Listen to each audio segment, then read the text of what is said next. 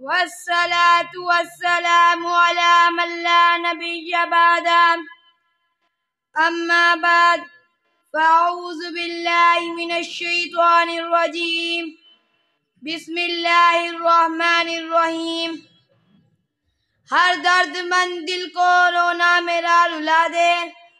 ہر درد مند دل کو رونا میرا رلا دے، بے ہوش جو پڑے ہیں شاید انہیں جگا دے۔ صدر محترم و سامعین ذی وقار، میں تصورات کی دنیا میں اس سرزمین کے سفر سے واپس آیا ہوں جس سرزمین کی طرف حضرت موسیٰ تشریف لے گئے تھے، جس زمین پر حضرت یعقوب کا مسکن تھا، جہاں حضرت لوط نے ہجرت کی تھی، وہ سرزمین جہاں کلیم اللہ کو تورات، داؤد کو زبور اور روح اللہ کو انجیل عطا ہوئی تھی۔ اور سب سے بڑی بات یہ ہے کہ اسی زمین پر معراج کے موقع پر حضرت محمد صلی اللہ علیہ وآلہ وسلم نے تمام نبیوں کی امامت کی تھی۔ جی ہاں، آپ صحیح سمجھے ہیں، میں فلسطین سے ہو کر آیا ہوں۔ وہاں اللہ کے دشمن یہودیوں نے عالمی دہشت گرد امریکہ کی پشت پناہی میں مسلمانوں پر ظلم و ستم کا بازار گرم کر رکھا ہے۔ وہاں کی گلی کوچوں چوکوں اور چوراہوں پر موت رقص کرتی پھر رہی ہے، حق و باطل کا معرکہ جاری ہے، بجلیاں کوند رہی ہیں، بم برس رہے ہیں، فضا گرج رہی ہے، زمین تڑپ رہی ہے، خوبصورت سڑکوں، دلکش مسجدوں اور ہسپتالوں کو تباہ کر دیا گیا ہے، لاکھوں افراد کے گھر، مارکیٹیں، اسکول، کالجز اور یونیورسٹیاں ملبے کا ڈھیر بن چکی ہیں۔ ان کے نیچے سے دودھ پیتے بچوں کے لاشیں، بے بس و بے کس بوڑھی ماؤں کے مسجودہ جسم برآمد ہوتے ہیں، خون کے آنسو روتی ماؤں کے ہاتھوں میں اپنے پیاروں کے ٹکڑے ہیں، بچوں کے سامنے ان کے ماں باپ کو دفن کیا جا رہا ہے۔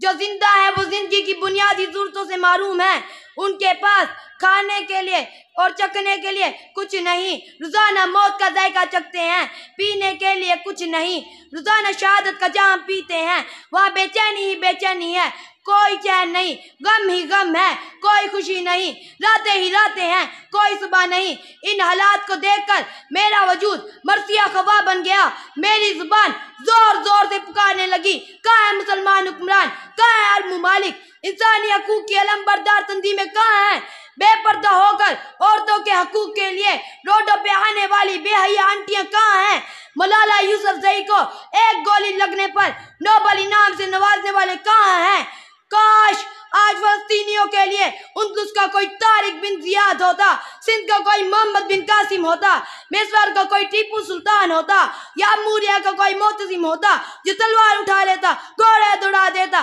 کشتیاں جلا دیتا، گردنیں اڑا دیتا، لاشیں بچھا دیتا اور مسجد اقصی چھڑا لیتا۔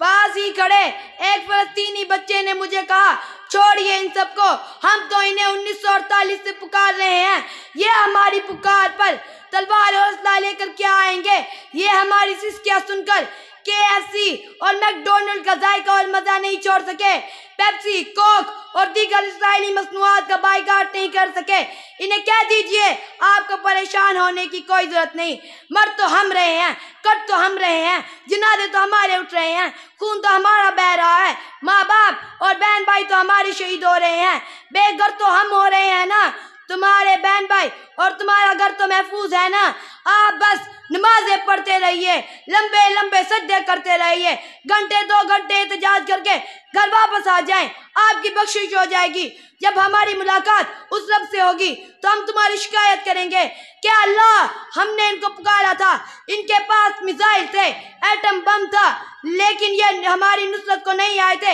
ان کے پاس دریا تھے، یہ 56 ملک مل کر بھی ہم تک پانی کی ایک بوند نہ پہنچا سکے، ہم بھوکے تھے، یہ ہمیں کافروں کے ڈر سے روٹی کا ایک نوالا نہ دے سکے، آج تو ہماری طرف سے ان سے نپٹ لے۔ سوچو اس وقت تمہارے پاس کیا جواب ہوگا۔ اس لیے اے مسلمانوں، اب بھی وقت ہے، سمجھ جاؤ، ایک ہو جاؤ، کافروں سے ڈرنا چھوڑ دو۔ مغرب کے غلاموں کے اسیروں نہ ڈرو تم، مغرب کے غلاموں کے اسیروں نہ ڈرو تم، اب توڑ دو کاسہ اے فقیروں نہ ڈرو تم، وما علینا الا البلاغ المبین۔